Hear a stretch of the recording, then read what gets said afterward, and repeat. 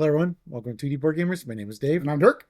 And today we're going to start our Learn to Play series for Arkham Horror Chapter 2. So the Chapter 2 core set just came out, and we got a couple of the pre-con decks, and we're trying out the three-part campaign that comes in the core set box. Yeah, so if you're familiar with the game already, then there are a few minor differences, but overall it seems like the majority of it is still fairly much the same. It's just they're changing the card pool up a little bit. They are doing some rules tweaks, but for the most part, it does overall at least appear initially to be fairly similar. Right.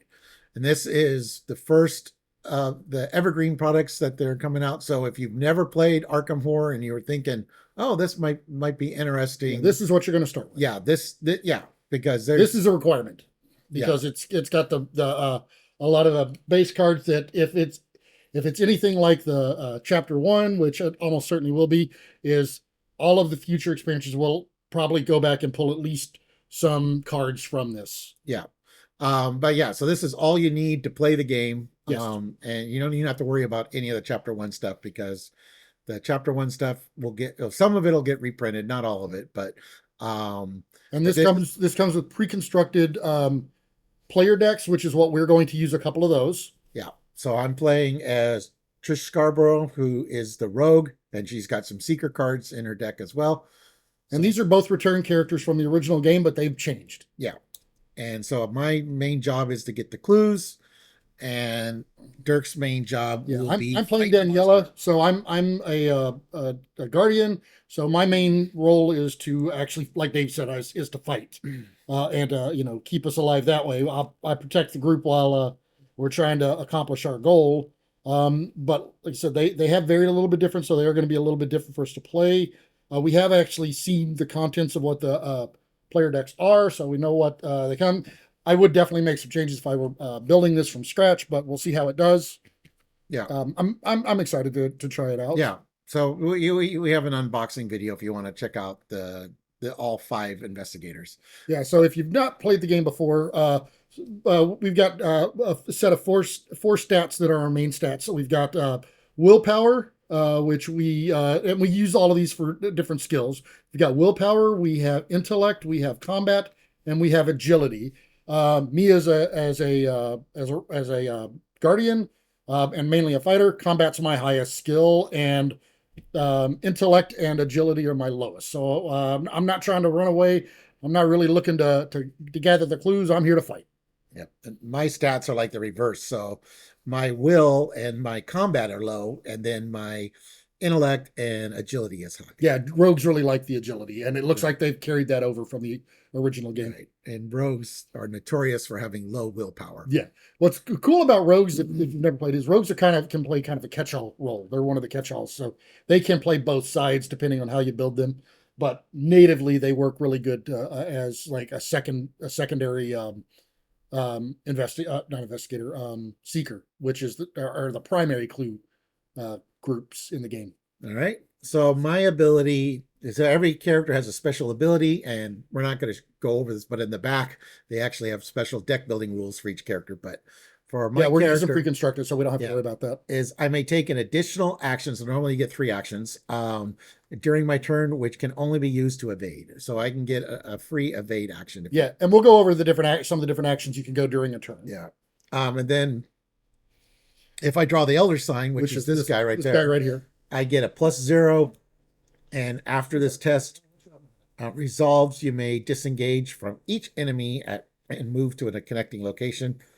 I have 8 physical, 6 sanity. Oh, and if either one of those ever gets reduced to 0, then you don't die necessarily, but if you're playing in a campaign, you're going to be out of that game, and then you will come back with some kind of trauma for the next game as a result. So my ability is, as a reaction, when an enemy attacks an investigator at my location, which means I can do that during the enemy phase or if they attack during our phase, then I can fight that enemy, and I can either use my basic fight stat, which would just be using my ability, or I can use the fight ability on a card, which tends to be a slightly improved version of that in a lot of cases. And I can only do this one time per round. And then if I draw this Elder Sign myself, that is the equivalent of a +1 on my stat check, and I can deal 1 damage to an enemy at my location, which does not have to be an enemy that I'm currently engaging in with or taking an action against. So that's cool. So I can deal extra damage if I draw it. And speaking of these different tokens, we have these are whenever we do our skill test, we're trying to test and match up to a separate number. We're trying to get higher than that number. So these are different modifiers we can draw from the chaos bag, which we have to draw anytime you do a check, and they range anywhere from +1 to, in this case, +4. They do have all the way, or -4. I'm sorry, -4. They do go all the way to -8 for like some of the harder levels, but this, especially with this being just the starter scenario, and we're playing it just on normal level, so it goes to -3, and then we have some different symbol, or -4, sorry. And then we have some different symbols here, and these symbols can change depending on the scenario, and we'll go over what they're going to do in this particular scenario. And we actually don't have one symbol because it's not in this scenario. And then we've got this one here, which is, again, this is the Elder Sign, so that's always when you draw that, you tend to get some kind of benefit. And this is auto fail. It doesn't matter if you would have automatically succeeded. If you ever draw this, it's a fail. Yeah.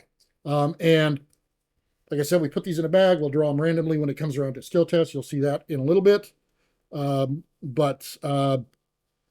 Anytime, even if you know that you're going to lose a check because there's no way your stats can be high enough, you do still have to draw because the auto fail could always come up, or some of these can come up, which can have different consequences for drawing the symbol.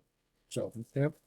you'll always have to do that. So there's 2 possible outcomes. We have the agenda deck, which is like the bad deck. If this gets ever completed, we're going to lose. Or the act deck, if we ever get this completed. Our objective. Yeah, that's how we win. So we win if we can get through this stack. We lose if we get defeated or this stack runs out. Yeah, we do not win the scenario. Depending if it's anything like the scenarios that we saw in the first game, the majority of them you lose. There are some that you can still you don't win, but you don't necessarily lose. But that's the majority of them you will lose in that case. All right. So the agenda is past curfew. We haven't even read the book itself, so we'll do that first before we do the agenda. All right. Anything else we wanted to explain now? No. While we start, you'll see these tokens here. These are clues. One of our objectives is we will need to get clues to be able to advance this, because that's what this symbol is for here. Is typically this means we're going to need this many clues to advance. We'll get to that in a minute. But let's go ahead and read what happens here. So I'll be right back. Okay, a glorious rebirth. Arkham has always has been a little strange. It seems like every time you read the news, there's a fresh report of some gruesome murder or sudden disappearance. Ooh. A battered corpse on the waterfront district. Missing police officer in the French Hill. A bloody sigil drawn in the alley behind Velma's diner. I think you're serving the wrong people. But this city has its share of crackpots and conspiracy theorists, sure. But even the most level-headed observer can't ignore the fact there's something wrong in this city. However, most folks in Arkham don't like to dwell on the bad. In the wake of the flood 6 months ago, the city's building itself back stronger than ever, with new money pouring in from outside investors. They say everything's on the up and up, and it sure looks like it. But you know there's something more to this story. Whatever lies ahead, you don't have to face it alone. There are others like you who have encountered similar horrors, and who won't settle for easy explanations or comforting distractions. They, too, know there is something in this city's ancient curses and witch legends. Will you stand with them against the evils that lurk beyond mortal understanding, or will you succumb, as so many have, to the terrors of the mythos? All right, so this is the Brethern of Ash campaign. And so this is the first campaign from the Arkham Horror the card game for 1 to 4 players. Consists of Spreading Flames, which is the scenario we're playing. It also has Smoke and Mirrors and the Queen of Ash. Those are the other 2 in the campaign. The cards from the scenario are all found in the core game, so in this base game. So like Dave said, this is all you need to play, is you'll have everything here. And while playing a campaign, the players advance from one scenario to the next in sequential order, where the results of their performance and their decisions in that scenario carry over to influence the next. Like I said, you can take personal trauma. You can also gain rewards that you carry over. Additionally, as the players advance through the story, they earn experience, which they can use to purchase new cards or upgrade existing cards in their deck. And then as far as campaign setup, so we've already chosen our investigators. We kind of told you about them a little bit already. We've each, it says assemble your investigator deck, but we're using the pre-constructed decks. We're going to choose a difficulty level. We're just going to go with the standard. We're going to assemble the campaign bag. Those are the little tokens that I've already put in here. And then we're going to set up the cards. So we've already gotten all the cards. We've gotten everything already assembled, ready to start up. So we are ready to actually dive into this. There are some keywords that it lists in here. We can go over those as we need to. If we dump them all on you right now, you're going to be like, what? But yeah, we'll get to them as we come across them. Yeah, the nice thing is also the game comes with these little quick little reference cards that show you the different actions, and which we're not going to go over. We'll go over the sequence of the round as we go. It does when you look at the action, or when you look at that card, at the first turn, you always start with 2. You'll skip step 1 because that is a villain phase, and you don't start with the villain phase. All right. So first thing we do is we draw our opening hand, and then we can do what's called a mulligan, which if you're not familiar with this type of game, mulligan is you can take cards in your hand, and you can discard cards to draw replacement cards to try to get a better opening hand. You can go up to 5 cards, and you can replace all of them if you want. And then in this particular game, anything that is discarded as a result of that will shuffle back into your deck. So it will actually, you'll be able to still use it. Unlike some other games you don't get to, in this one you do. But also you do have weaknesses, which are some negative cards that are in decks. If you ever start out with a weakness in your opening hand, you typically you'll just put that one out and immediately replace it. So this is now my hand to look at. I'm going to keep this card. I'm going to this card. mulligan 2 cards. I think I am going to mulligan 3 cards. So I'm going to draw 3 new cards. Oh, do I want to do that?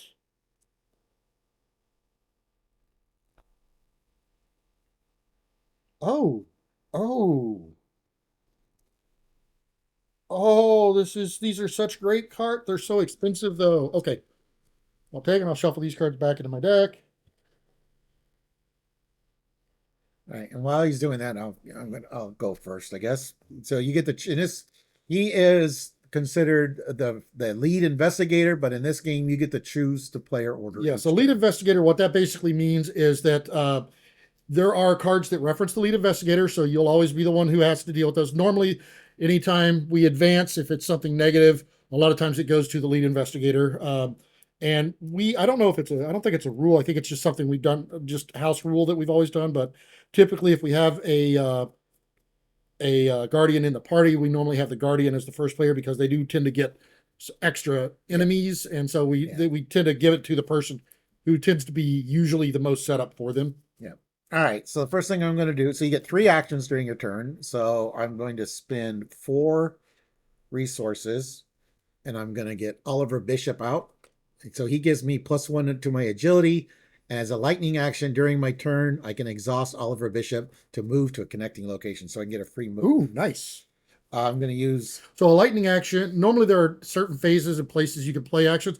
Lightning actions have several different spots that they can be played at in between different things. So, and they do not take an action. So my second action is emergency cash, which gives me 3 resources. Oh, I wish I had one of those right now. And then my third action,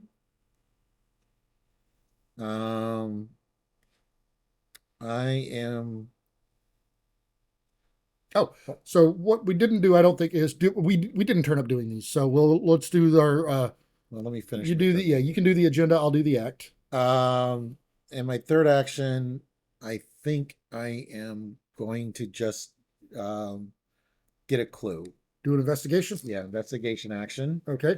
Which means I'm trying to grab one of those clues. Yeah, the way he does it So here is the number on the left is the what's called the shroud. So that is the target number you're trying to beat. The number on the right is how many clues that there are, and so this is 2, and the little symbol is per player or per investigator. So that's why there are 4 clues on here. Right. And so the difficulty's 2, and I have a 4 in intellect, which is the stat you use for a basic investigate. So I'm at a +2. And that's a -2. So I made it. I was able to get one. So I get a clue. And that's my 3 actions. Okay, so that's his 3 actions. We're going to go ahead and go over the right. act, the agenda, and we'll actually cover the action. The room has an action as well. All right. So the agenda is the campus is strangely quiet and there is no sign of your friend. Hooded figures cross the quad as nervous students scurry under painfully bright street lamps.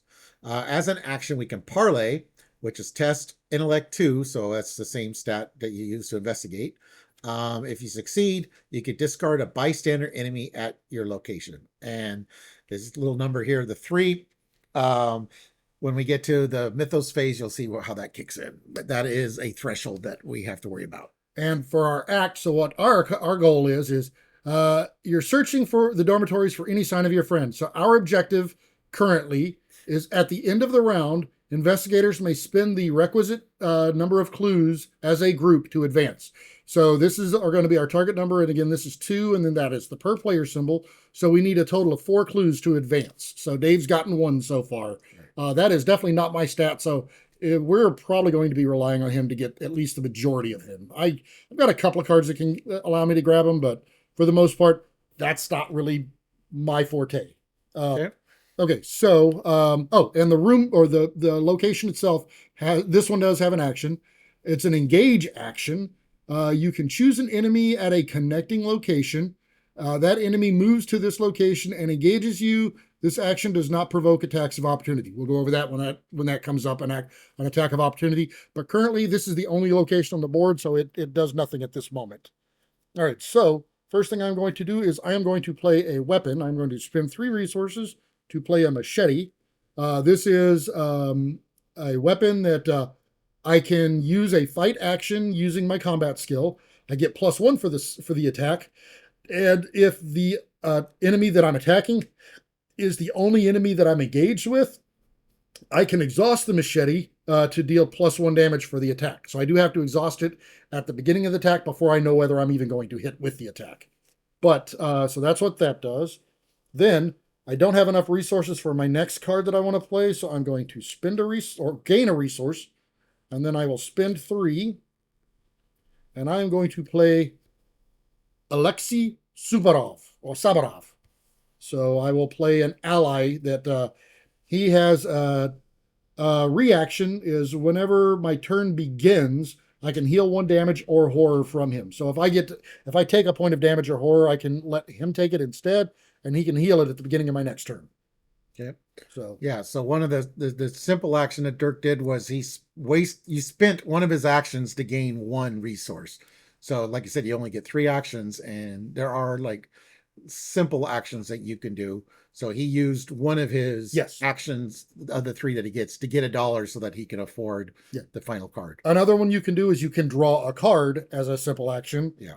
And then the fight and evade are also simple actions. Yeah. All right. Okay, so we are at the end of a player phase. Well, yeah, so we're at the end of the investigator phase. Now we're moving to the upkeep phase. So this is where you would unexhaust any cards that you exhaust. So like if I have to use the machete and exhaust it, I get to unexhaust it now. Technically, we're supposed to, I guess, if we remember to flip the cards over to show that we're done, and we would flip our characters back up. It'll become more critical if we get more complicated turns. All right, then the next thing we do is we gain a resource and draw a card. So this is a card from your deck. And so there are 2 bad cards in the deck. So you could draw a bad card and then have to resolve it immediately. But most of the cards in your deck are going to be good. If you ever draw the bad card when it's not the opening hand, you have to deal with it. All right. Now we move on to turn 2. So that was the end of turn 1. So beginning of turn 2, now we do. And the enemies would have a phase in there, but there's no enemies, so they don't do anything. So we're doing what's called the upkeep phase, which is the beginning of a turn, which we skip on turn 1, but we add a doom. So this is a threshold of 3. If we ever get 3 doom on the board, then that will At that, usually it will happen at that point when Yeah. when we add one, that's when we do our check. Yeah. There are ways that it can pop early, but this is the normal time to do it. Right. All right. The next part of the mythos phase is then we draw encounter cards. So the first player will always get the first encounter card. Yeah. Or the lead investigator, I guess. All right. So the card I have is called Cosmic Evils. It's a peril, which means that Dave is not able to help me with this because a lot of times you can help other characters if the situation arises. He is not allowed to. And it has a decision I have to make, and we can't discuss the outcome of the decision. So based off of what this does, because of what it does, I hate to do this, but I am going to add a doom. And this is one instance that can cause it to pop early, right? Yes, it can cause the agenda to advance. My other option was to take a horror and a damage, which I would have done if it didn't have the next part, which would be to gain surge, which would mean I would have to draw another one and resolve it. All right. And then I got an enemy. So I got a Hellhound. It's got an attack of 2 and 3 hit points and evade of 4. It is a creature, monster, hunter. After Hellhound attacks you during the enemy phase, choose and discard one asset you control, which Oliver is an asset. So okay, so that is we've done with everything. So now we move to the investigator phase. In the investigator phase, if Dave were to go first again, he would have to deal with this first, because if he does anything else, it's going to evoke an attack of opportunity, which would allow them to attack him. However, since I am a fighter, and this is kind of my job, I am going to go first. Well, what I was going to say is I could evade him, and then then you don't have to waste an engage action. If you would like to do that, yeah. So if I fail, that's bad. He doesn't have. He has an evade of 4. Yeah, but he doesn't have alert. He doesn't have alert. So yes, Dave is right. Dave could evade it. The two options are Dave can evade him, which means that he's not engaged with either one of us, and then I can attack him freely on my turn, or I take an action, I engage him, and then try to kill him off. The only downside is I'm only a +1 against him because he's got a 4. So I'm going to let you decide then if you want to try to evade him. I'll let you. Otherwise, because I'm going to have to be perfect on this because I'll have to engage him, and then it's going to take me. But he's got 3 hit points. It's going to take me 2 actions. But his attack is only 2. Yeah, I can probably take this guy out. Yeah, why don't you do that? So I think you can kill him with 3 actions. So I'll go ahead and go first this time. So my first action is going to be I am going to engage the Hellhound. So he is now engaged with me. Since he is the only enemy that I have attached to me, I am going to attack him with my machete as my second action. Oh, I just realized if I had evaded him, you would only get 1 damage with your machete. You'd have to hit him 3 times. Yeah. Yeah, so this is actually better, probably. Yeah. I mean, like I said, I had another thing I could have done that I wouldn't have needed to. Well, no, I would have. I didn't have the resources. Okay, so first thing I'm going to do is, like I said, I'm going to attack. Well, second thing is attack with my machete. So I'll be fighting with a +1 combat. So that means I'm at a 6 against his 2 combat. So I'm at a +4 right there. And I am going to exhaust the machete so that if I hit him, I'm going to do an extra point of damage to him. Because normally with your normal basic attack, you only deal 1 point of damage. So I'm trying to do 2 points of damage to him. So I draw the skull. So the skull, what this does, so we'll go over the symbols now that they're coming out. First one is the skull symbol. So in this scenario, a skull is -X. X is the current act number. We are in Act 1, so that means that's a -1. So my total result for the test was a 5 to a 2, so I did pass. The other symbols that can come up is there is a tablet. So we know there's 2 skulls. There's 1 tablet in this game. The tablet is a -1. Then you have to reveal a second token. And if you fail, you're going to take a damage in addition to whatever else happens. And the final one is the Elder Thingy, or we call it the Squid. The Elder Thingy, that is the actual name, the Elder Thingy. But it's a -3, and if you fail by 2 or more, you're going to draw the topmost copy of Fire in the encounter discard pile if able. There currently are none, so we know that there's some going to show up, but they're not in there yet. But I did pass, so with that, I do 2 points of damage to this guy. This symbol goes back in. Now, I have one action left. He has 1 point of damage left. I have already used the machete's ability. However, I can still attack with the machete. I just can't get the extra damage. To take him out, I do not need it. So if I can still hit him, I'm good. I will still get the +1 at combat. So I'm still at a +4 on the combat. So let's draw the second one. A -3. So I passed by 1. So he is 3 damage. He is now defeated. So that is all 3 of my actions, but the enemy is gone. All right. So now our rogue can do the seeker type things that they're hired to do, or volunteered to do, however you want to look at it. So I'm going to spin 1. I'm going to get my sticky fingers out. Oh, And this is a new card, but it looks like it's going to be a fun one. I'm going to spin 1. I'm not really a fighter, but I'm going to have my broken bottle out just in case I need it. Yeah, it's always a good idea because normally I can only attack things that are in my location. And so if we get split up for any reason and he gets an enemy, he still has to have a way to deal with that enemy. So right. So my third action is I'm going to get a clue. So I'm at +2. Ooh, I missed. -4. Okay. Right. So I did not get the clue. Okay. All right. Then now we move to the enemy phase. We have no enemies. We move to the upkeep phase, which we get to ready our cards and a buck and a card. 1 buck. And another card. And then we move to the mythos phase, which is going to add the third doom.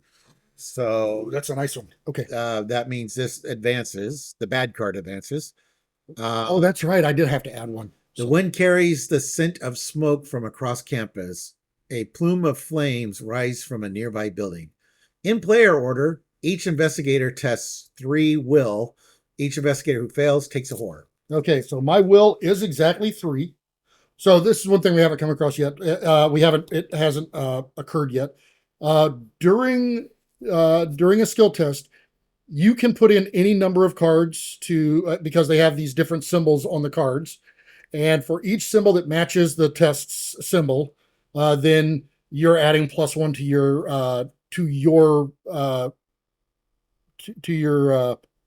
results. And you can add any number of cards, but if there's another player, any other player that's at your location is allowed to add a single card. So you can help out others by adding a single card if you have something. What happens if we fail? We take a point? You take a horror. Okay, so I do have the ability to increase my stat, but I actually kind of really want to use those cards. So instead, I am just going to risk the horror. I'm testing it even. There's a good chance I'm taking a horror. But, so I'm -1, so I am going to take a point of horror. So there we go. Okay. And then I'm currently a -1, but I'm going to play this card, or I'll use this card. So this is an ally. You only get 1 ally slot. I already got Oliver. So the laboratory assistant is not going to be in play as long as Oliver's there. So this will give me +1 to my willpower. So now I'm at +0. If he tried to play that character, he would have to discard his other one. And in this case, his other one is actually the better ally for him. Yeah. So what he mentioned, though, is that the ally slot. So that's these little symbols in the lower right-hand corners of the cards. There are a limited number of slots. You get 2 hand slots. You get 1 ally slot, 1 relic,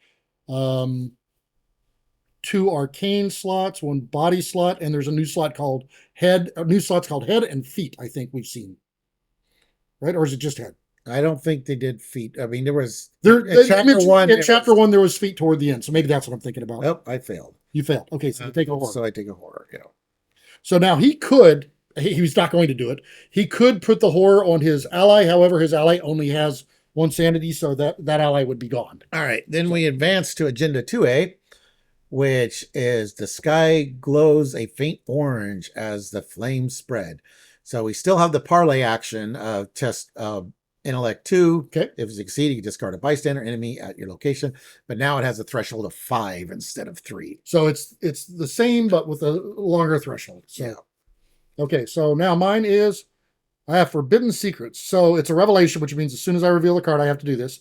If I have no clues, it gains Surge. I do not have any clues, so it will gain Surge. It does have, if I have clues, it has something else that happens, but since I don't, I get next card.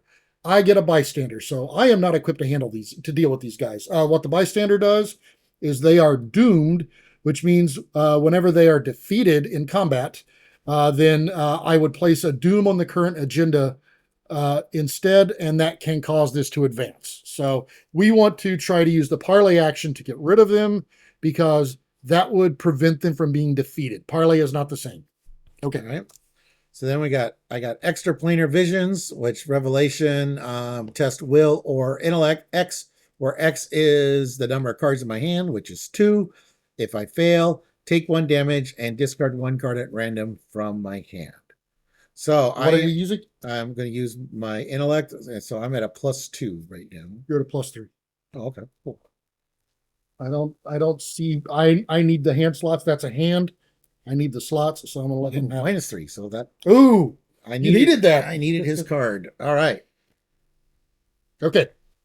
So now that's the end of that phase. So now we've got to decide what we're going to do. I want to do something during the enemy. So I'm going to spin 1. I forgot this is a reaction card. Fast, when an enemy enters your location, I get to draw 2 cards. Oh, okay. Yeah, he would have been able to do that. Yeah, I should have done it as soon as Dirk got it. Oh, yeah, we haven't really played these, so we're not quite as used to. Yeah, this is the first time playing. But unfortunately, I drew a weakness as one of my 2 cards. So the weakness, yeah, you do have to resolve those as soon as you draw them. So syndicate obligations, put syndicate obligations into play, my threat area. After I spend 1 or more resources, I take a damage, and I can do a double action to discard it. Okay, means my turn is pretty much gobbled up. Sure. Okay, so do you want me to parlay him away? I would say get rid of your thing first. Well, yeah. And then if you can parlay him, that would be phenomenal. I'll have 1 chance. Yeah. I mean, if not, I'll have to try it, but you are definitely better at it than I am. Yeah, I have a +2 built in. So. Okay, yeah. And I'm going to be testing even. And all right. So yeah, I'm going to spend 2. So you get 3 actions again, like we said. I'm going to spend 2 of them to get rid of the weakness. So I have 1 action left. I have an intellect of 4. The difficulty is 2 for the parlay up there. And that is the random weakness. These are precons, and they actually came with a set random weakness. But whenever you're normally playing your build, you get a random one, and that would have been the random one. You also do have one that is specific to your character, but that's not what that one is. All right. So I'm at a +2. Oh, +1. So I passed. So he is parlayed. Okay, sweet. That means I don't have to kill him because I would have tried 2 times, and after that second one, I would have just killed him. Which would have added doom to it. Would have, yes. Which is why I did not want to do that. What am I going to do here? So I want to. First thing I want to do is I actually want to. I'm going to, as my first action, I'm going to take one of the free actions. I'm going to gain a resource, and I'm going to turn around and spend those resources. So I am going to. Oh no, I'm not. I'm not going to do. I just realized. I don't need to do the free action to gain the resource. I have this instead. Emergency cash. That gives me 3. That's even better. So that's my first action. My second action is I'm going to spend 3 of those. And I am going to play a meat cleaver. So now I have a second one. And this one kind of plays into the fact that I start out with low sanity. I've already taken a sanity, which is why I was actually a little bit willing to take this. Because this one improves as I take sanity, as my sanity diminishes. I can take a fight action using my combat. I get +1 for the attack, +2 instead if I have 3 or fewer sanity. So I'm not quite there yet. But if this attack defeats an enemy, I can heal a horror. So that means I can walk that fine line between going over the edge. And then as a reaction, whenever I trigger the above action, I can take a horror to deal +1 damage. So now if they're the only one engaged with me, I can do it. But even if I have more than one engaged with me, I still have another way to do something like that. So that was why I didn't care as much about the hand slot. I wanted that in play. But that was 2 actions. My third action, you know what? We're going to try this. I'm not very... Oh, wait a minute. 2 and 2. I'm not real good at this, but we're going to try it anyways. We are going to try to do an investigation action. Just to see, and I'll show you how bad I am at it. So I am even on a 2 shroud, which is pretty low. -1. I fail. Okay. All right. I'm terrible at this. All right. That's the end of the investigator phase. We have no enemies, so we move on to the upkeep phase, which will be readying cards and get a buck and a card. Buck and card. And then we go to the mythos phase. We add a doom, and we get our encounter cards. Okay, I get a mutated experiment. This is a mutated creature, and as a forced action, whenever they are defeated, each investigator at the location takes a horror. Okay. And I have a mutated experiment. Oh, wow. So, same thing. Okay, well, they take 3, so let's see here. Well, let me go first. So I'm going to try to evade my guy. And then if you kill yours, you could, attack him when he's exhausted. Yeah. All right. So I'm going to, he's an evade of 3. I have a 4. I'm going to play, actually, I'm a 5. I'm a 5. He's a 3, so I'm at +2. I'm also going to play manual dexterity, so I'm at +4. And if he succeeds, then he gets to draw a new card. That one. And a resource. Yes. So that one's a little different. That has changed since the first edition. In the first edition, whoever played the skill card into the skill, got to draw it. Now the person doing the skill test gets to draw it. So those change. So I drew the -4. I was at a +4, so I pass. Ooh, it's a good thing you did that. Yep. So I draw a card for the manual dexterity. I exhaust sticky fingers, which gives me a resource because I picked his pocket. Okay. With my candy covered. You pick the mutant's pocket. So when that happens, so he will come up here and he is now just. Okay. He is exhausted here, but he's not engaged with anybody. And that was a free action for me because I get a free evade action. So I haven't done anything yet. So, I mean, I can try to get some fort because we're going to need that. Yeah, let's get the clues. So that's a shroud of 2. I have a 4 currently. So I'm at +2. Okay. -2. Okay, so that's there's my one. First action. Second action. Okay. There's 2. And my third action. All right. So took my whole turn, but I was able to. Took whole turn. So something is going to happen at the end of this. At the end, but it doesn't happen till the end of the round. So let's Yep. see what I can do here. All right. So the first thing I'm going to do is I am going to use my machete to try to attack the guy engaged with me. Actually, wait a minute. Do I want to do that? Yeah, I do, because the other guy's not engaged with me. Right. So I'm going to do, so I am attacking. He is a 3 combat. I'm at a 6, so I'm at +3. -1. So I hit him. So I do 2 points of damage to him. And now let's see. I can use either one. I don't necessarily need the extra one from that. I'm going to do a standard attack with my machete. Not a standard. I'm going to use my machete again. Okay. This is the elder thingy. So it's a -3. I was at 6, so I was at a +3, so I hit him exactly. So this guy is dead. So he goes away. So the text was if he failed by 2 or more, I think. If I failed by 2 or more, then I would have drawn a fire, but we don't have any fire anyways. But yes, so I did actually pass, so the negative does not occur.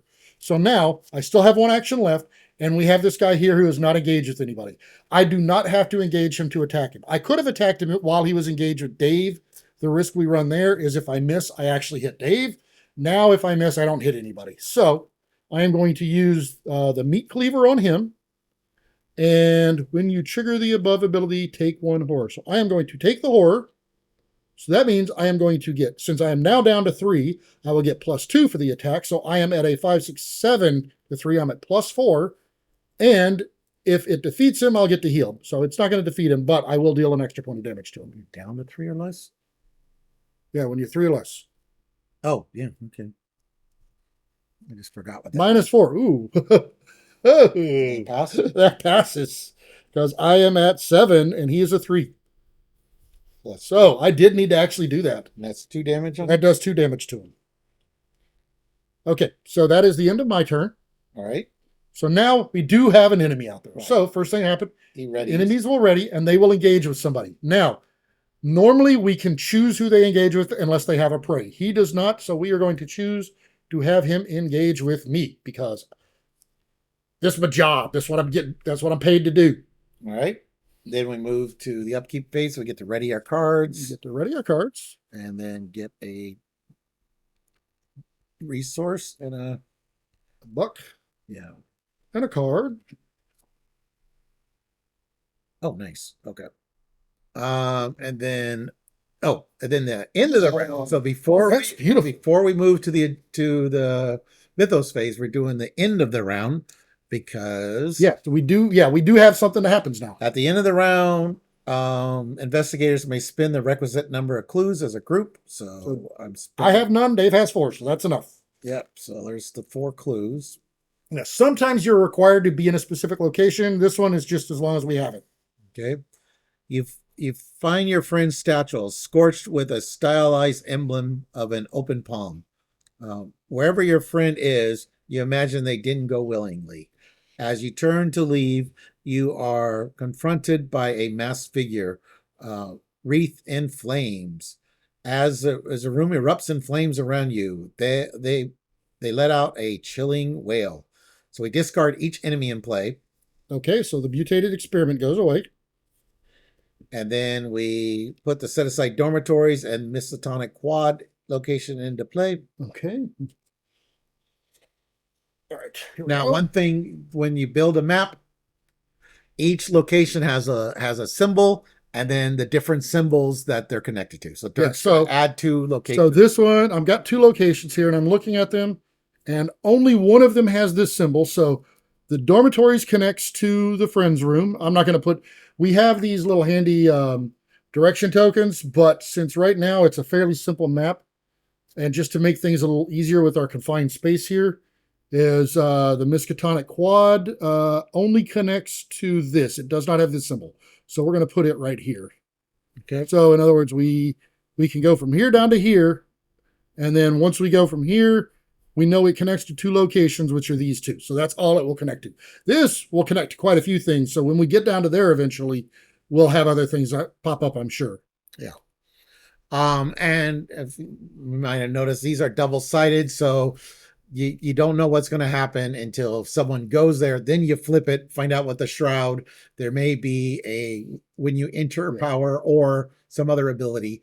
Sometimes they're good, sometimes they're bad. You don't know unless you've played the scenario before. Right. So it might say like the first person to enter here takes 2 points of damage or something, Yes. Or when you reveal it, something happens. Right. We've seen that too. But okay, the next thing is, so we're continuing here. We need to spawn the set aside Servant of Flame enemy at the dormitory. Oh, I remember seeing this guy. This guy looked nasty. So the Servant of Flame. So he is a Raging Fury. He is a humanoid elite. So enemies come in elite and non-elite, and those can make a difference with certain things. He is a hunter, which means that he will actually go after somebody. And his prey is the person with the lowest agility, which will be me. 4, yeah. So if we are the same distance away from him, he will come toward me. If Dave is closer, he will go to the closest person. So the prey is the tiebreaker, basically. And then he has retaliate, which means if you attack him and miss, he gets a free swing back at you. He hurts. His damage, he deals 2 physical and 2 mental damage. His attack skill is 4, or his combat skill. His evasion skill is 4, and he has 10 hit points. He has 5 hit points per player. So yeah, he's a big beefy boy. Where does he come in? The dormitories. Okay, so he's right outside waiting for us. Yep. And then we attach 1 set-aside copy of fire to our friend's place. Okay. Our friend's room, I guess. So there's the first fire that's entered the game, so it's in the dorm room. All right. And then we place each other set-aside copy of fire in the encounter discard. Oh, so that means whenever we shuffle up, then we got 4 more copies of this. Right. These will start coming back. So what does fire do here? Let's look at it. So it's a hazard. So whenever you reveal it, generally you attach it to the nearest location without fire attached. I guess I did that anyways, just thinking that it would have to, but yeah, so it would have attached where we're at. But if there is one there, it would go to the next closest location. And And as a forced action, whenever the investigation phase ends, each non-elite card, so this would include enemies, that's why I said he's elite, so it would not hurt him, but each non-elite card with health at this location takes 1 direct damage, which means you cannot give it, if it's you cannot give it to an ally, it has to be you. But allies will also take damage, which means if Dave happens to be somewhere that's got fire, his ally would take damage at the end of the phase. You can do a test action. You can do an action. It's a test against agility of the skill level 3, and if you succeed, you can discard the fire. So we do have a way to put out the fire. And then I believe, what is it? The tablet brings fire if you draw a tablet. Is that what it was? No, that's the squid. That's the elder thing. Oh, the elder thing. So if you draw an elder thing, you're going to add. Yeah, you're going to add it says you add the top one from the discard deck. If you fail by 2 or more, right? Yeah, by 2 or more. Yeah, okay. So yeah, if you fail by enough, you're going to start bringing them back from the discard. So yeah, with 5 of them. So right now that would be enough to completely cover the areas that we have out. Okay, so that is the villain phase. Yeah. Oh wow. Oh no. That wasn't the villain phase. We've already drawn our cards and everything. Right? No, we should have already drawn. Oh no, we don't. Now we draw the cards. No, yeah, that was the end of the hero. Yeah, phase. we've already now done, we so add we got a doom. Yeah, we add a doom and then draw new cards. Yeah. So this goes up to 5, so we're still good there. Now I have the extraplanar visions, and it's test of willpower or intellect of X, where X is the number of cards in my hand. Oh wow. 1, 2, 3, 4. So I'm testing at a 4, which means my intellect is completely out of the picture. So we'll try my willpower, which puts me at a -1. Wow. And if I fail, I'm going to take 1 point of damage and discard a card at random from my hand. Oh. Well, see what happens. -1, -2. Wait a minute, what do I got here? Okay. I can play this card. I can commit this after revealing chaos tokens during a skill test I'm performing. So since I failed by 2, I'm going to play this, and I did willpower, so it adds 1 willpower, and it has a wild on it. So it adds 2, so I actually passed the test. By what? Even. Dead even.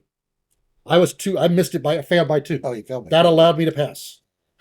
So dead even. All right. Then we got mutated. Test 3. Test 2 will. This test gets +2 difficulty if there's an enemy at your location. There is not. That's good.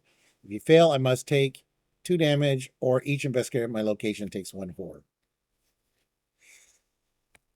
Don't have any cards that help. So I am currently even. I am even. I'm at a +0.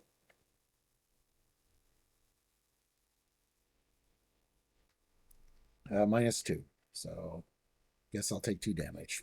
Okay. So all right. So why don't I go first? So what I can see, so me personally, if I move there, and then I can evade him. Yeah, because we don't actually care about the room. Right? Oh, we never read this, did we?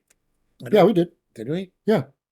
If each undefeated investigator is at the Miskatonic Quad advance, hint. Oh no, we're in Act 2. That's right. Yeah, we did. Sometimes it's better to run than fight. Oh, so that tells us if they're telling you it's better to run, that means it's probably better to run. They don't normally give you that kind of just blatant hint. Not unless it's bad. So, all right. So tells me we're going to want to try to run. But yeah, because the thing is, we've got the fire here, but the fire doesn't do anything if you're not there. So as long as neither one of us ends our turn there, the fire's safe. All right. Well, as safe as it can be. So I'm going to exhaust. No, actually, I'm not going to exhaust Oliver for that. I want the free move afterward. No, let's do it now. I exhaust Oliver for a free move. So we got the dormitory. So this is Shroud of 3, 2 clues. As an action, you can heal 1 damage and 1 horror, limit once per game. Per game? Yep. Is that per player or total? Total.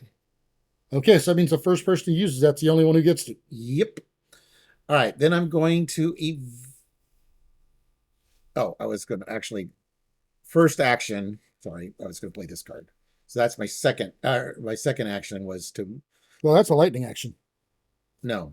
I'm playing it. No, this. Yeah. Oh yeah. So this is my first action. So then I use this. So So he's still got 2 actions left because this was not a this was a free action. right. I am going to evade. I'm currently a 5. And since he's not at my location, I cannot help him with this. Yeah, I'm going to make it a 7 to 4. So that's +3. I really don't even want to risk it. So I'm going to actually spin one. This card allows me to get a +2 for evade. So +5. So I'm at a +5.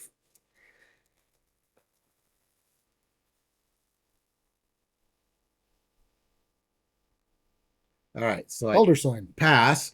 So after this test resolves, I may disengage from each enemy and move to a connecting location. Well, I will do that. But he evaded, so that guy is actually exhausted, which means, and luckily enough, I can run by him. And I get to draw a card, and I'm going to use my sticky fingers to get a resource. Because he evaded. Yep. And so far, I've only done one action, which was to actually play the Silver Tongue. I still have 2 actions left. We're going to reveal this card, which is the Mystotonic Quad. It has 1 shroud, 0 clues on it, and has a lightning action during your turn.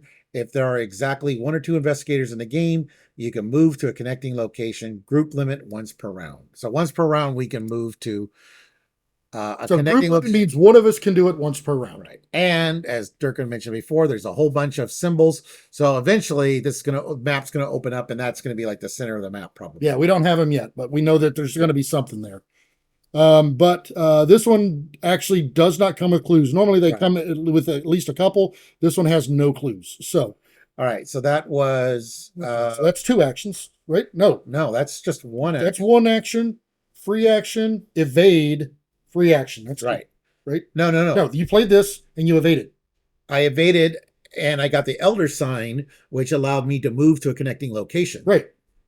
So but the evade action and the cards. So that's 2 actions. No, but the evade action's a free action, but still it's 2 actions. Right, but so you have two. I still have 2 actions left. So I'm going to spin 3. Okay. To get my local map out. Okay, what does that do? So I get 4 clues on there, or 4 secrets. I can spin a secret, investigate a revealed connecting location. I get +1. Yep, +1 book for the investigation, and if I succeed, I may exhaust local maps to move to that location. Well, I definitely. Oh, so you don't have to exhaust, but yeah, but I am going. So my third action, I am going to do an investigate. I'm going to use the local map. Which stat do you use? Books. No, I mean, I'm sorry, not which stat. The shroud. The shroud. Which shroud? The shroud of the location you're checking. Okay, yeah. I didn't know if you used your current one or not. So I'm at a 5, and the shroud is 3. So you're a +2. Pardon me. And I am not choosing to move there. Oh, yeah. Well, you don't have to until afterwards, anyways. You don't have to make that choice. That is a -1. -2. We're on 2. Yep. So you succeeded still. Yep. Okay. Yeah. Even though we currently, we don't have anything saying we need them. We've played the first chapter 1 of this enough times to know that if they're there and you've got the actions, try to get them because you're probably going to need them at some point. Right. Yeah. A lot of times to advance the act, you need clues. Okay. We do not right now. Yeah. Currently, all we've got to do is both be down here. And is it at the end? No, I think as soon as you get there. If each undefeated investigator is there. Okay. So it's going to happen in the middle of your turn. It's going to happen in the middle of my turn because I don't want something to pop up and smack me before I get a chance to do this because I don't want to invite an opportunity, an action. Attack of opportunity. Attack of opportunity. That's it. I am going to spin 3. I'm going to play Resilience. So this is a cool new card that we've seen added this. I don't remember seeing this in the first level. I think I've seen most, if not all of those cards. So Resilience is a talent. So it doesn't take up any slots, but it gives me an additional 2 damage and 2 sanity. So I can take more damage with this without taking a slot. That is what is phenomenal about that. Yeah. And it I kind of expected this whenever I was reading it. I expected this to be unique, and unique, you can only have one this out in play at a time. This one is not. So if I happen to have two, I know there's only one in this deck, but if I happen to have two of them, I could actually have both of them out in play at the same time. Yeah. But in this case, I can't. So there's one action. I am going to move down here as my second action. So normally, if he was unexhausted, he would engage me. But since he is exhausted, I can run right by him, heed the words of the act, and move down here. And so that is all three of my actions. But immediately, we go ahead and resolve this. So we have met our objectives. So you emerge from the dormitories, lungs bursting, into the crisp autumn evening. Looking back, there is no trace of your pursuer. Well, it's because he's laying down, I guess. You remember your friend planned to consult... He's smoldering. Yeah, he's smoldering. Those smoldering eyes. Smoldering red eyes. So you remember your friend planned to consult Miskatonic University's head librarian, Dr. Henry Armitage. He may be able to help you understand what is going on. So you'll search all in-play and out-of-play areas for the Servant of Flames. That is him. You're going to heal all damage to him. Oh, so I'm glad we didn't stop and waste time on that.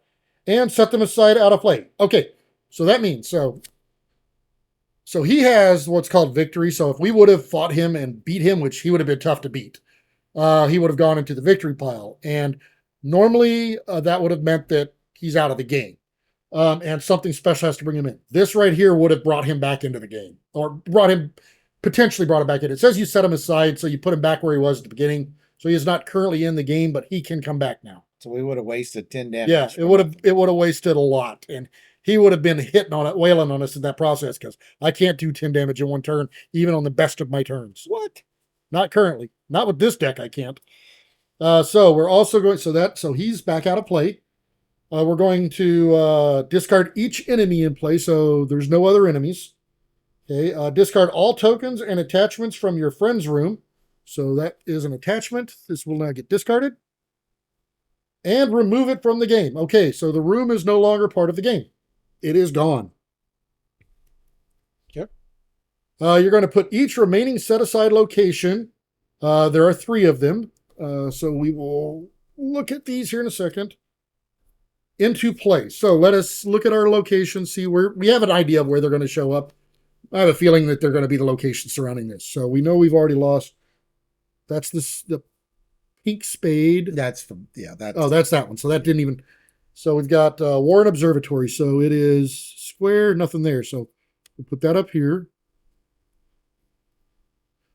We've got the Science Hall. So that is a plus. It doesn't attach anywhere else. Oh, no, wait. A plus? Oh, plus. That's that one. Okay, yeah. So we'll put him there, see, because these symbols are down at the bottom here. So they're two-way connections. It is possible for you to only have a one-way connection, but these are all two ways. And then there's the Orn Library, which, yeah, same thing. It's a one-way connection. So, yeah, Dave called it. So, yeah, because of all the symbols. Oh, did I put those? Oh, yep, those are the wrong way. So Dave called it all the symbols.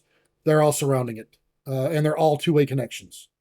Okay. So, and we don't know what they do yet. So that's all of side 2B. So now we're going to 3. So now our skull is going to be worth a -3. Yay. And there's more. So searching for Dr. Armitage. Your friend has mentioned visiting the head librarian, Dr. Henry Armitage. With more and more strange figures arriving, you must scour the campus for his whereabouts. So our objective, at the end of the round, investigators at the Orn Library, so here, may spend the requisite clues as a group to advance. So it's very similar to the first, except different location, and we need 3 per player, so we need a total of 6 now. Okay. And I have 1. And I have none, which is probably going to be my peak number. Okay, so that was the end of the investigator phase. Yeah. So now we have no enemies, so we move to upkeep, which is ready, So buck, and a card. Oh, interesting.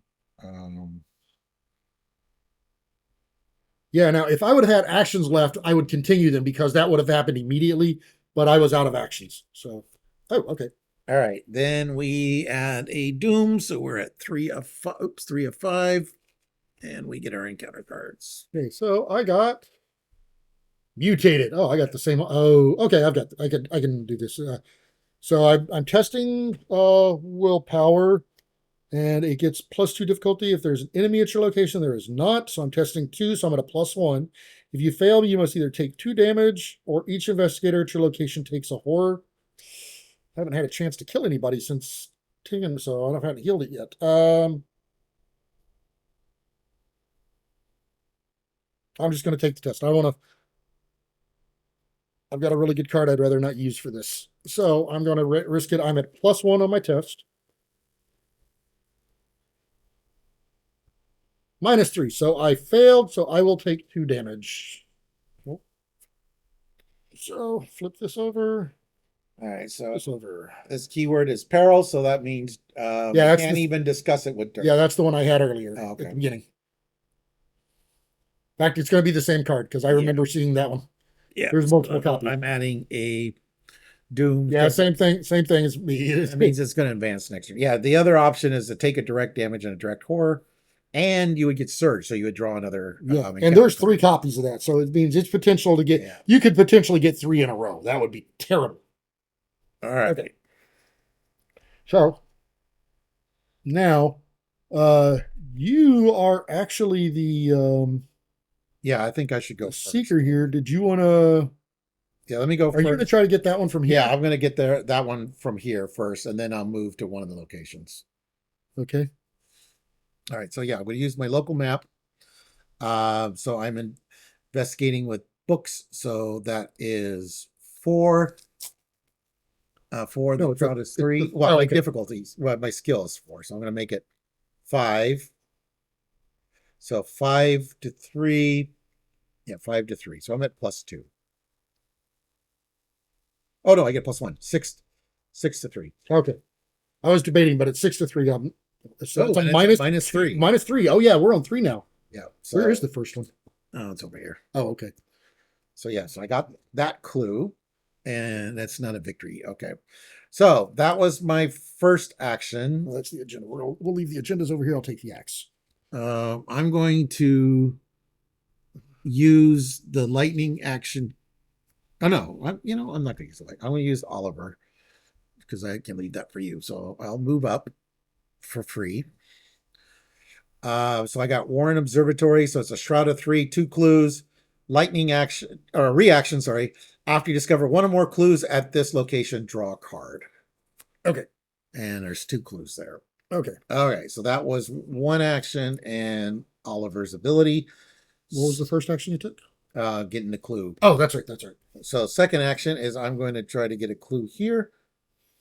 And so yeah, so that is a Shroud of 3.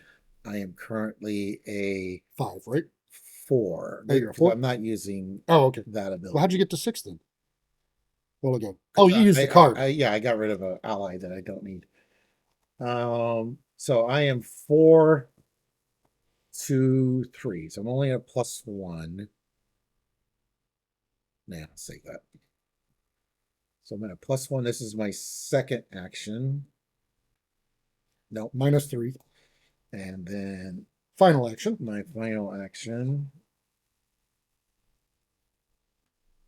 There you go. You got one. Yep. Okay, so there's one left, and you get to draw a card. Yeah, I get to draw a Yeah. card. And the reason it says one or more is there are ways to gain more than one clue per turn. It doesn't mean you can only do that once, because if he would have gotten both clues, he could have drawn 2 cards. I definitely want to do that. Okay, so let's see. So there's nothing there for me. I think I'm gonna we know this is gonna be last. I'm gonna come over here and see what this one is. Okay. I'm not really gonna be able to investigate it probably unless it's got a super low one, but we'll see what we got. So the science hall. So I will come over here, and this is it's got 2. It's got 2 on it. It has a shroud of 2, so it is within my realm. But after you discover one or more clues, choose and discard a card from your hand. Huh. You picked the fun one. Okay, so first thing I'm going to do then is I'm going to play Hunter's Instinct for 2, so it'll use up everything that I got here. Limit 1 per investigator, so I can only have one of these out. It's not the same as unique, because unique means nobody else could have that. Each investigator could have one of these, but well, each investigator that has this in their build availability can have one. So more there can be more than one. Only one per person though. It comes in with 3 supplies, but as a if this one, if there's ever no supplies on it, you'll discard it. So in this game, unlike some others, if things use supplies or stuff, they'll stay in unless they say otherwise. Like this one does. This one has a reaction after I engage an enemy. I can spend one of my supplies and exhaust the instinct to add a 0 level event in my discard pile to my hand. So this allows me to get 0 level events. It has to be an event. And all of mine are 0 level. So it's not the cost, it's the level, and we don't have anything upgraded. So I can add any event back to my hand right now.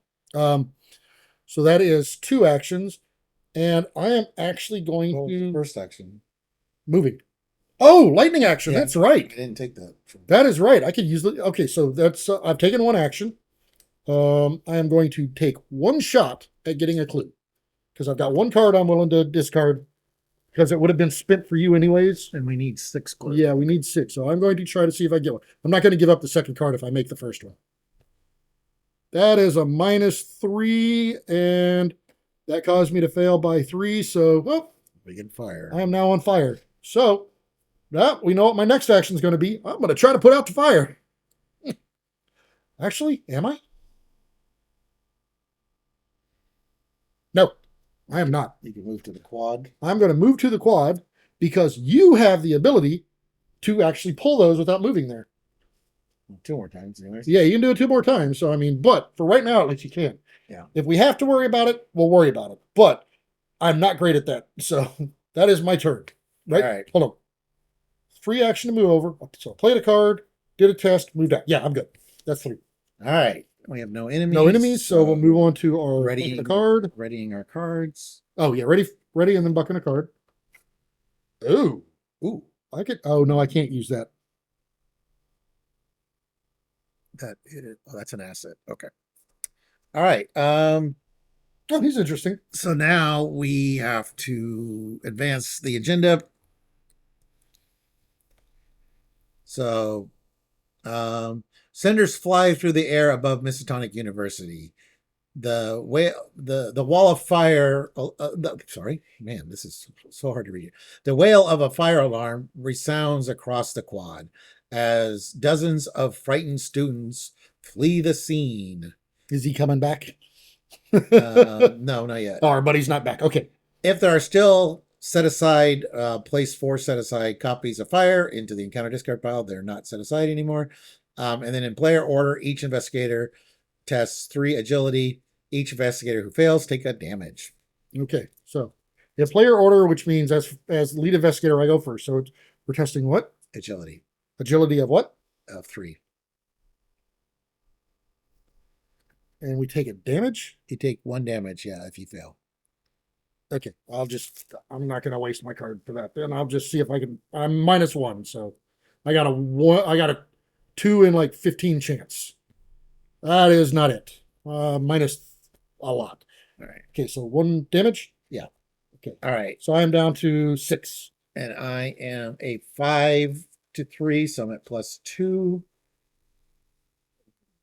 All right, so I passed. Now we go to the next agenda, which is agenda 3A. The campus is ablaze. So as an action, we can still parlay a stranger. So that a bystander, that's still the same. And Well, then, maybe you can. I can't. and forced, after doom is placed on the agenda, the lead investigator draws the topmost copy of fire in the encounter discard pile and has 10. So that's That means I'm going to have a fire on me every turn. yeah, that's the advantage of being the lead investigator. Yay. But it's only after doom is placed. So Yeah. But that means it can't happen during. Yeah, during like that one treachery card where we have doom. Okay, so I test willpower 4 or 3, which means currently I am even. Yeah. And for each point I fail by, I either discard a card at random or I lose 1 resource. I only have 1 resource, so I'm going to play Unexpected Courage to add 2 to that, 2 wilds. So I am now at a +2 because it's so one thing. Even if I would have stayed where I was at, and there is a -4 in here, you can never fail below 0. So the most I could ever do is discard 3 cards or take 3 sanity. No, 3 resources. So that's the most. But I'm trying to limit what I take if I fail. 3. No, wait. I added 2. I lose 1. I'll lose the resource. Okay. And then I get a Captor of Flame. It's a 2/2/2. Retaliate, and he does 1 physical. Where you at? I am up here. You're right above me. Okay, so I would say, unless you've got a plan for that, I will come up and jump on him. All right. Well, let me evade first. So I'm going to evade. He's a 2. Is your free action? Yep. Okay. 5. So I'm at +3. So this is my free action.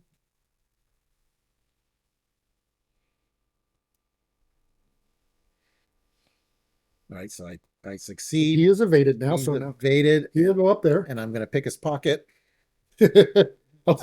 What pockets? Oh, and I guess he might have some in the robes. It's not a monster. And what Humanoid, right? Yep. And what I picked from him, I will play it. So spin 3. He had an M1903 on him. So Oh, wow, he had a gun. now it's mine.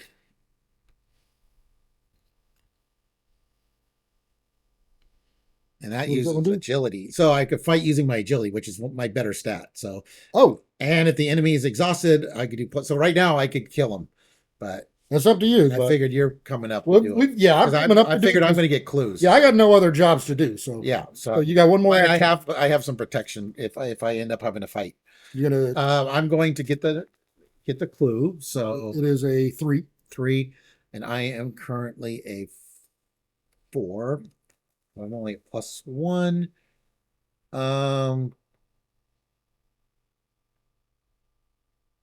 Let's make it a +3. Okay. Oh wow, Yeah, no, it's a good card. that is a good card. I can't afford it right now. Did this one stay the same? Yeah, it it's did. a fast Okay. action. I can get a clue. Yeah. Yep. Oh, I failed by 1.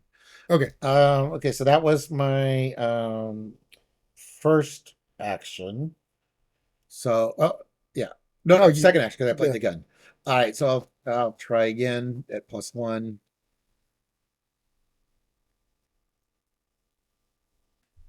No, Nope. and so that was 1. The 2. skull, That's so my that's 3. That's my yeah. 3. Yeah. Okay, so for my first action, I am going to move up, and because I'm not because. So he is there. I am going. I'm actually going to use Oliver so to move down here. Okay. So I'm taking the free action. Yeah, to move up there. So, yeah, just in case I needed to kill this guy. You know what? I really don't want to spend cards to do this or whatever. I'm going to use the meat cleaver to attack him. So that's going to give me a +2 because my sanity is at 3. So I am at 5, 6, 7 to 2. So in theory, this should be a cut and dry. And since do I have to exhaust it?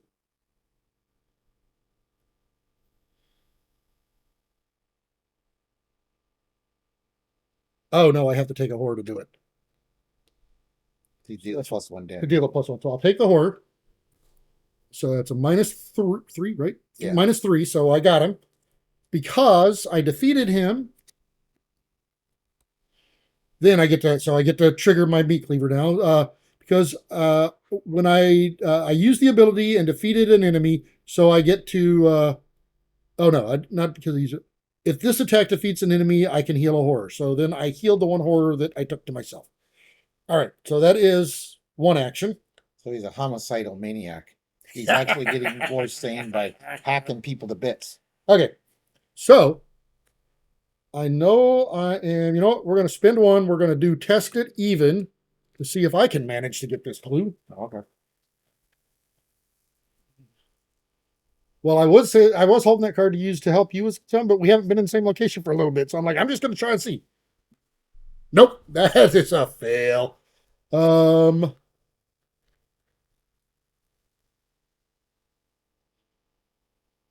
I would say I'd move down to where you're at, but I think it'd be more prudent if I stay where I'm at because even if I fail this, it'll put the fire up there, and we don't necessarily have to worry about you going up to get it right now.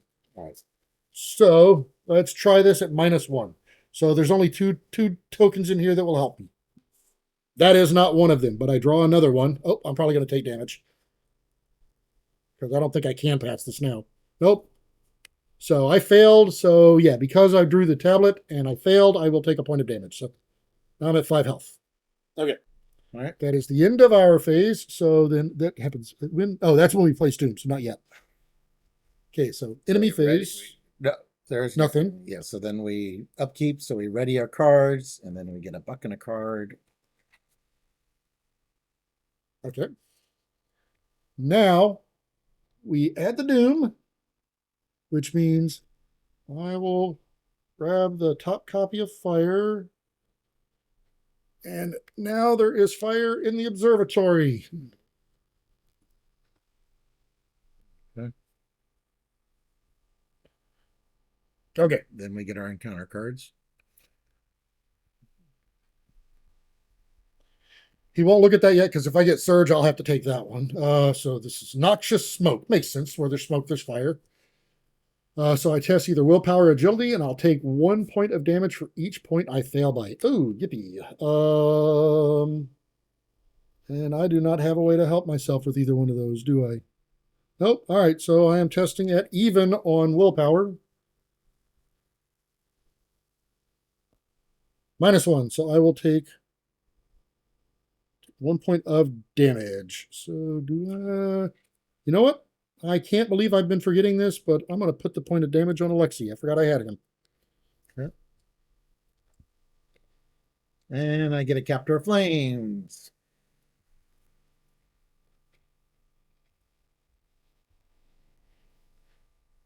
Okay, so did you want to evade him, or do you want me to just come down and take him out so that you're free to try to grab clues? I can attempt. I mean, I am. Well, you got to think. I'm at a +3 against him, so for evading, and I get a resource if I succeed. Well, I'm going to be at a +4 fighting him. Okay. Yeah, let me go first.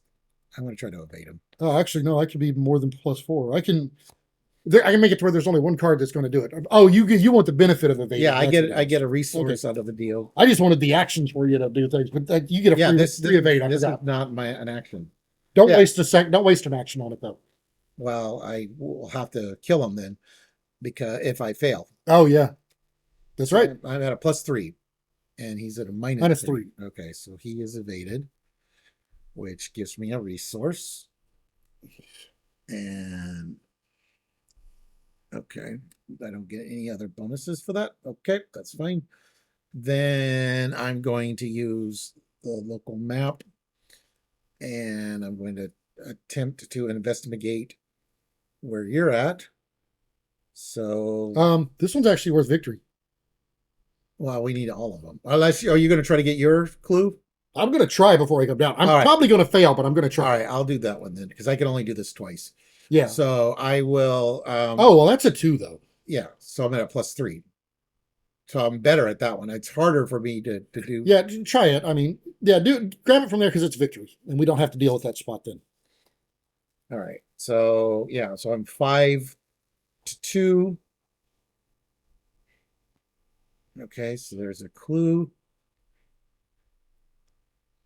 I do not really. Well, I could move there. You move there to free. Well, you still got a lightning action out. I get to move there with this if I succeed. Yeah. So that's not even using this. Yeah. Or him. So. Yeah, I'm saying you can use him to get back out. Yeah. So we're gonna move here. That way I don't have to use a charge. So that is 4 to 2 now.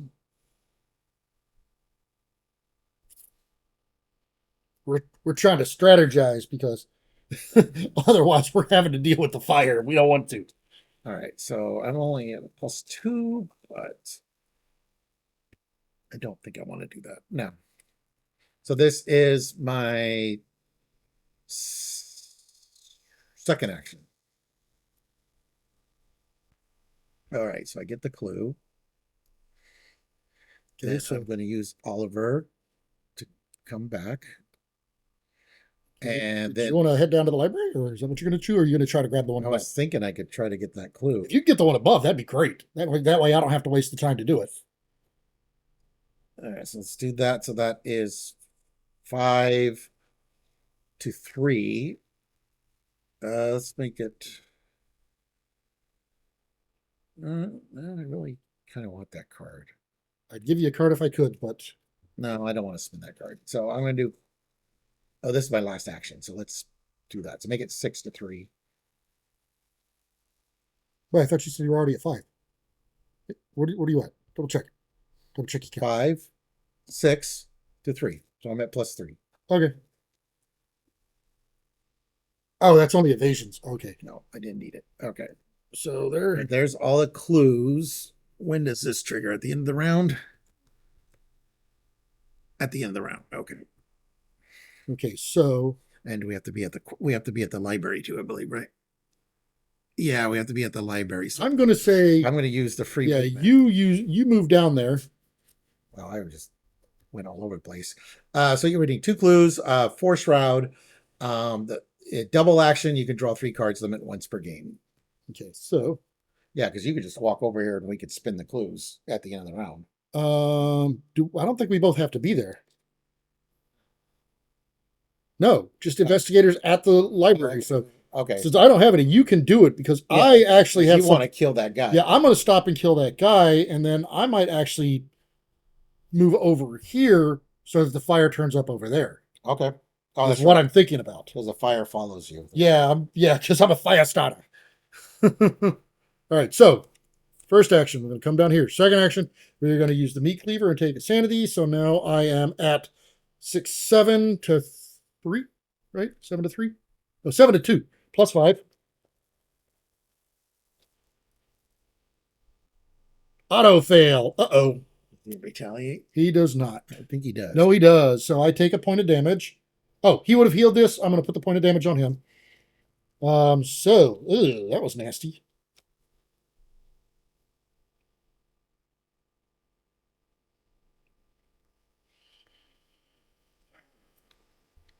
Take a point of damage. Another sanity. I can't do this again. I need to kill this guy. Okay, he is dead. So I will heal. You were more than a +3. Yeah.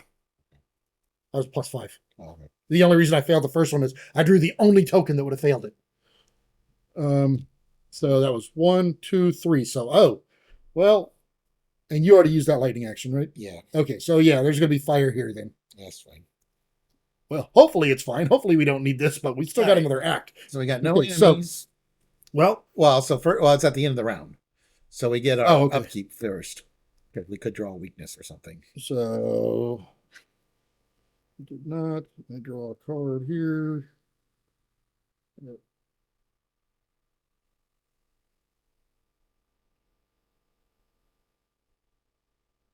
Oh, okay.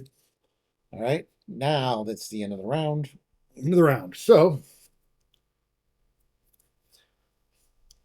you find Dr. Armitage barricaded in one of Orange Library's lecture halls. Some on campus have been acting strange lately. Your friends among them. But all of that can wait.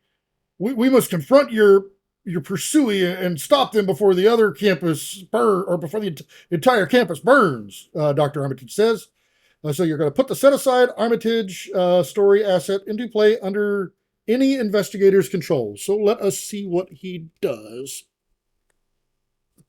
All right, so he's an ally that gives you +1 intellect and +1 willpower. And the first action you perform each round does not provoke attacks of opportunity.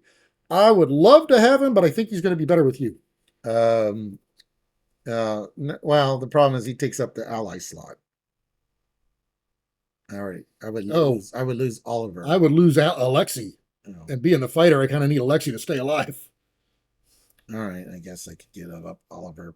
Does it? He doesn't. No, it does not say he does. Oh, not wait a minute. Hold on. Let me see if he does take up the ally slot. he does not take up an ally Oh, slot it says that on there. Okay. during this scenario. Okay. In other words, if he comes up in another scenario, he will, but not in this one. Okay. He might be a reward at the end of the Put the campaign. Servant of Flames into play at the quad. Yay. You get your buddy. My buddy. So he's engaged with me then.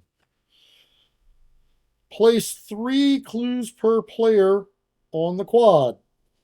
Oh, so there's 6 clues on the quad. We're going to do a 5, right? That's a 3. Do we have 5s in here? I don't think there's 5s. That's okay. 3. There's 6. So he's related to Major Blood. Yeah, it seems that way. So if you've watched any of our G.I. Joe. G.I. Joe playthroughs or whatever, you'll see what Dave's talking about. Major Blood is my nemesis. Oh, I had to spend 6 clues to do that. Oh, yeah. So the lead investigator must search the encounter deck and discard pile for 1 copy of Fire and draw it. Oh, so my next one is not going to be on the quad. So the quad is not already on fire. Okay. And I already know I'm going to draw another one, so.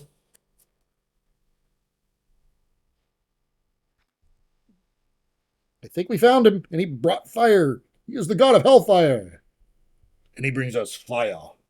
Okay. Okay. Now the next act card. So, yeah. Oh, the next act. That is everything on that. Yeah. So the final act. So this, if we can succeed, we win. Blaze of Glory. Your fiery nemesis can't be allowed to hurt more innocents. With Dr. Armitage's help, perhaps you can stop them. Oh.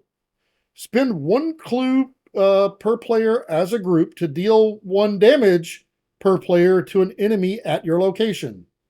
Or we can resign and you flee the burning campus. This does not provoke attacks of opportunity. And our objective is we have to defeat him. So he has 10 health. Okay.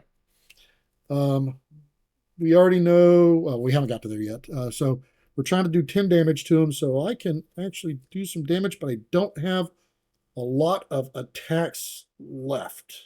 Okay. So that was the end of the round. Yeah. So now we add a Doom. So we add a Doom, which will bring out another copy of Fire. Fire, which I can put any location connecting since mine is already on fire. All right. And we're going to put it at the dormitories. And then we get our encounter cards. Yay. And I have a bystander. You know what? I might just kill him. Actually, I might just keep him. I don't care. And take the damage from him. All right. Or unless, well, actually, I might have you get rid of him. And I have a bystander. Okay. So now it is ours. So what's funny is I can actually gain clues. Okay. Well, let's see here. Oh, wait a minute. Hold on. I had this. After you engage an enemy, so I got engaged by 2.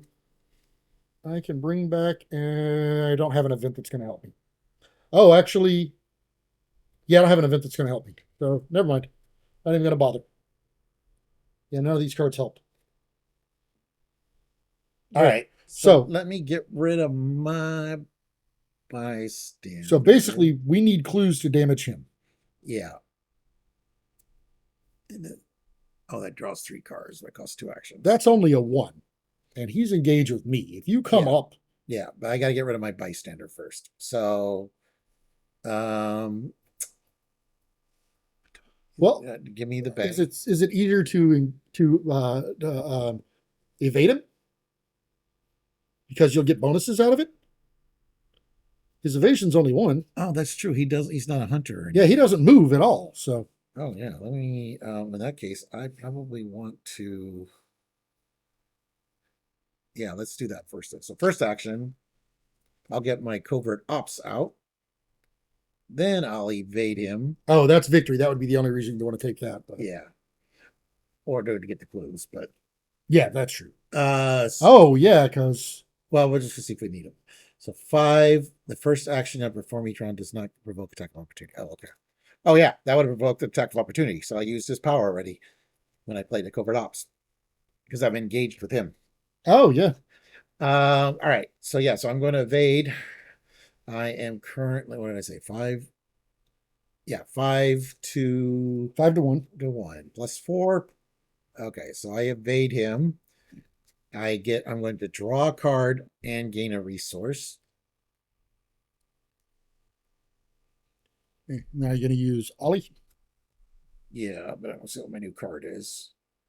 Okay. Then I'm going to move up. Using Oliver for your free action. Yeah, I'll use Oliver. Save those extra. Grab some clues and sling him at the servant. So I'm currently, Oh, those are lightning actions to spend them. yeah, I need to gather some though. But oh, that's a Shroud of 1. Okay. Um, let's, hmm. All right. Oh, actually, are you able to evade him? I have to engage him. Oh, Are you going to be, you're not going to, could you evade him? no, I Oh, can't he's evade a him. 4. He's a 4. I'm a 2. I don't have any way to evade him. Right. No, the reason I was wondering is because if you can do that, I can actually grab some clues. I could potentially grab multiple clues, but I mean, it's not worth you engaging him. All right. So I am a 5. Wait. Yeah, 5 to, oh no, yeah, 5 to 1. So I'm at a plus 4. Did you want to? How many actions do you have left? I have 2 left. That's all I've done So, is played an asset. so here's a thought. This just for this particular turn. If you get rid of the bystander and the fire, then that gives me an extra turn Well, to deal with this guy. the fire is going to come back. It will come back, but I won't take damage from it Okay. All right. because it only happens if it's there at the end of the turn. That's true. All right. Yeah. So I guess I'll do that. So I'm at a plus 3 against for the parlay for the bystander. Ooh. So he is gone. So I can disengage. Oh, too bad I didn't engage him. I'm going to disengage from each enemy and move to a connecting location. All right. So I got 1 action left. So yeah, the fire if you can. Oh, the fire. That's right. And that is It's agility. Agility of 3. Agility of 3. I am currently a 5 to 3, so I'm at plus 2. I don't have a way to help with this. I'm at plus 2.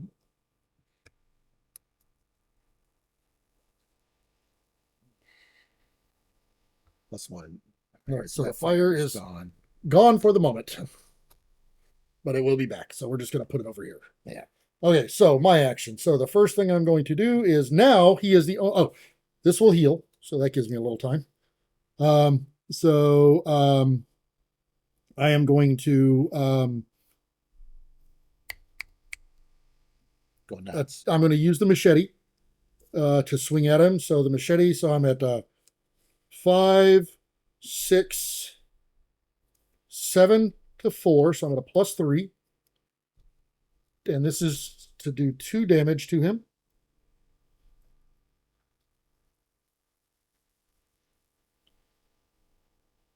Okay, so that does 2. Okay, so now I'm going to use the Clear. meat cleaver. I'm not going to take the horror though because yeah, I'm not going to take the horror because if I won't be able to kill him this turn anyways. Alexi could take it. I'm still gonna have Alexi take it. He deals 2. Yeah, I'm just trying to keep myself around a little longer if I need to. So I am at 5, 6. So I'm at a 6 right now. Oh no, 7 because I'm at plus 2 because I'm 3 or fewer sanity. So I'm at a 7 to 4. So plus 3, minus 2. So there's another point. Only a single point this time. And then my third action is going to be to do that again. Minus 4. Oh, I missed. So he hits you for 2 and 2. Okay, do I have it? Hold on a minute. 5, 6, 7. Yep. So he hits me for 2 and 2. So yeah, so you know what? Resilience is gone. Okay. Oh no. No. We're gonna do 1, 1, 1, 1. Yeah. We'll keep the resilience around just a little bit longer. Okay. Okay, so that is The enemy phase before upkeep. oh yeah, before upkeep, I guess. Yeah, now enemy phase. Now he's going to damage us, so I'm going to do 1 and 1 here, and then I'm going to do 1 and 1 here. Oh, I'm running out of opportunities here. Yeah. All right. Okay. Then upkeep, ready. Bucking a card. Come on, give me what I need. That was not what I needed. I know what I'm hoping for. And I know there's one of them in the deck. That's not it. All right. Agenda or mythos. So Please no enemies. Please no bad cards. Noxious fumes. Ah. So I am testing dead even on willpower. Auto fail. I take a point of damage.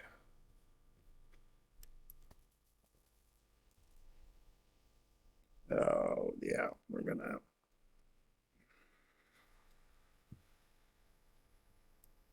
Uh-oh, fire. oh yeah.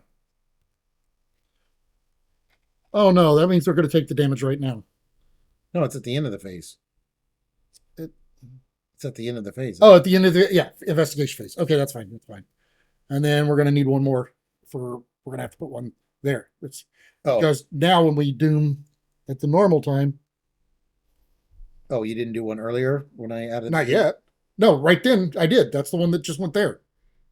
Yeah, but I mean, I added one at the beginning of the agenda of the phase. Did you not put one for that as well? Oh no, I haven't put that one yet. That's what I thought. That was the turn that I thought was happening right now. No, that was my treachery that added. I added. Okay. One. No, I didn't add the other one. So that's all. There's 5 of them, and they're all out now. So Yeah. everything is on. So we got basically 5 turns at max at most. But I have my weapon out now too. So. Which one's your weapon? My hammerless. Oh, okay. All right. So now. Oh no, we did the bad cards. Yeah, that's right. My bad card. Okay, so So can you do another 3 damage? If I miss him, I'm dead. So I think you need to try to do whatever you're going to try to do first. All right. Because if I miss, I'm dead. All right. I guess I'll engage him. Oh, okay. And then I will evade. And I'll spend 1. So he is a 4. I am currently a 5. So let's make it 7. Actually, I don't have any stats that will help you. I don't have enough money for that card. So let's make it 8. So I'm at +4.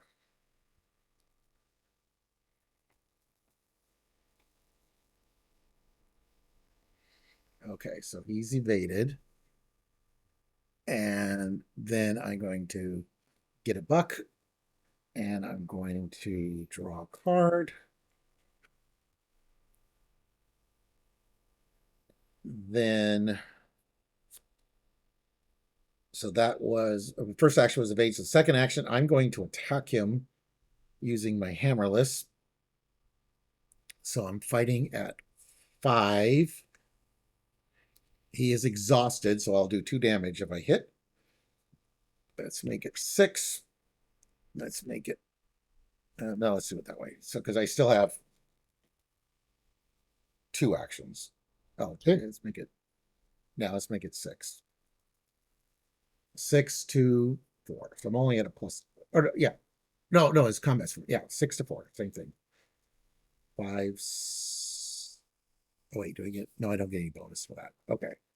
So 6 to 4. So I'm at +2. 0. So I do 2 points of damage to him.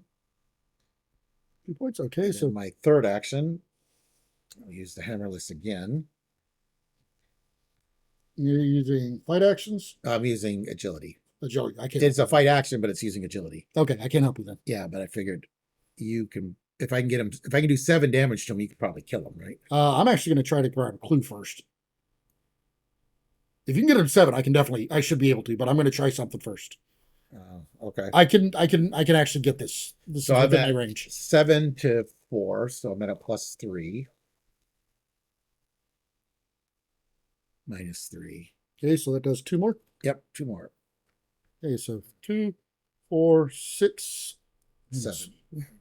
Should be 7 on. Well, no, I was doing this to make it a little easier to see where we're at.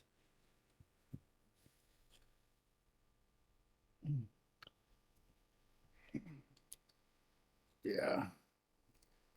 All right, so he's got 3 health left. Okay, so I'm going to try this just because it's going to be fun and it's so against type for the character I'm playing.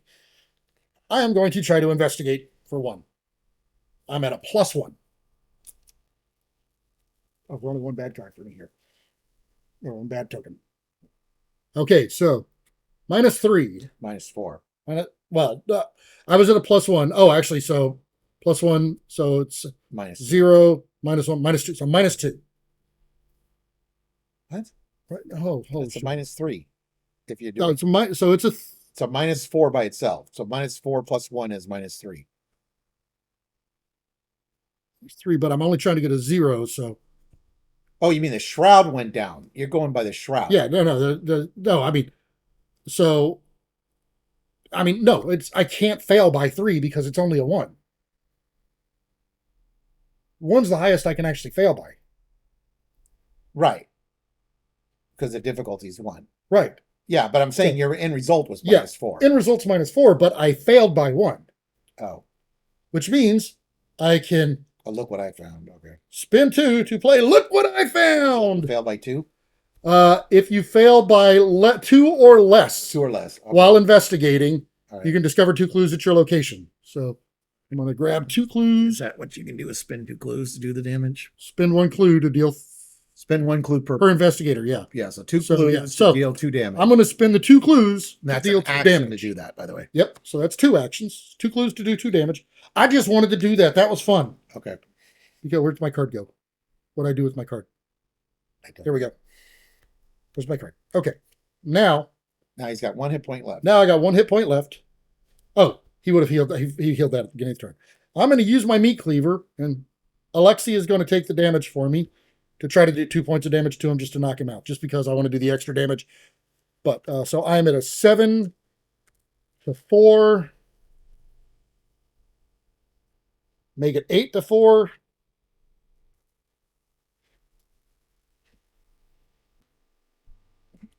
Ooh, great way to do it. All right. So deal 1 damage to an enemy at my location. So I just dealt 3 damage to him. all right. If the Servant of Flame is defeated, we advance. Your nightmarish pursuer reels back, clutching both hands to their head, as if trying to pry their mask off. No. Yeah, masks are horrible. Okay. The sound of the sirens in the distance grow louder. You turn to see a gaggle of terrified students rush past you. Whenever you turn your attention back to your flaming nemesis, they have vanished into the air. R1, page 4. Okay. So we get result 1, which this should be the Resolution 1. Same difference. Resolution, folks. Okay. Result 1. It's resolution. Shh. Don't tell him. Mayhem unfolds as dozens of students work together to fight the raging inferno. Your mind races with a flurry of questions. Who was your pursuer? What Dirk. did the hooded figure... Huh? Dirk's the pursuer. Oh. What did the hooded figures patrolling the campus actually want? And where's your friend? He's dead, Jim. I was thinking I just wasn't saying it. Dr. Armitage places one hand on your shoulder, stating, startling you. If we hope to find your friend and their, I don't know if I can't remember if I'm using the right voice. No. If we hope to find your friend and their kidnapper, we must leave now. I'll explain everything on the way. You look at the students fighting bravely against the blaze, then at the head librarian. You could stay and help, but it would cost you precious time. So in our campaign log, which I will have to print a campaign log because I'm not going to write on the book, we are going to record that the investigators defeated the masked pursuer. Okay. We're going to choose an investigator to become the bearer of Armitage, of the Henry Armitage story asset. Add that card to that investigator's deck, ignoring deck building restrictions.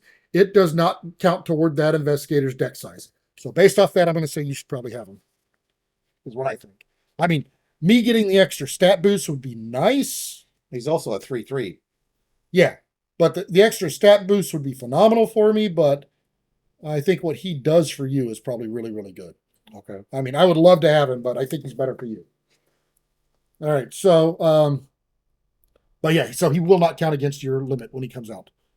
But he counts against the ally limit, though. No, does not count toward that investigator's deck. Oh, deck size. Oh, Yeah. sorry. So it does count. He does count as your ally if he's allied. Oh, yeah. I need Alexa. Each investigator earns experience points equal to victory X value of each card in the victory display.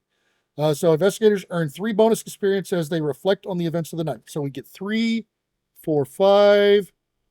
We cleared this, so that is worth 6. That one did not. Did anything else have? Nope. Okay. So we could have gotten 1 additional, but we get 6 victory points. 6 victory points. Okay. Okay, and then the investigators must decide, and we have to choose either stay and fight the fire, or there's no time, we have to go.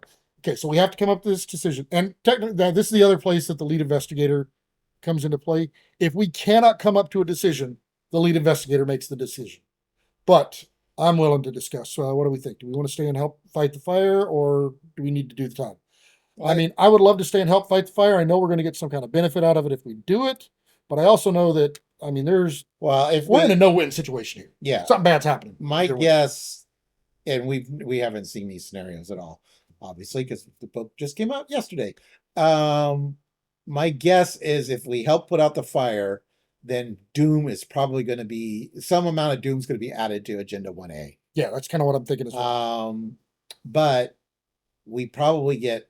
But we're going to get some kind of bonus. Some kind of bonus. If we don't fight the fire, then I'm wondering if the university will burn anyways and will have the same effect as, this. If we lose XP or something? Well, not lose XP, but we would have whatever penalty for letting the university burn, which could be anything from, I don't know.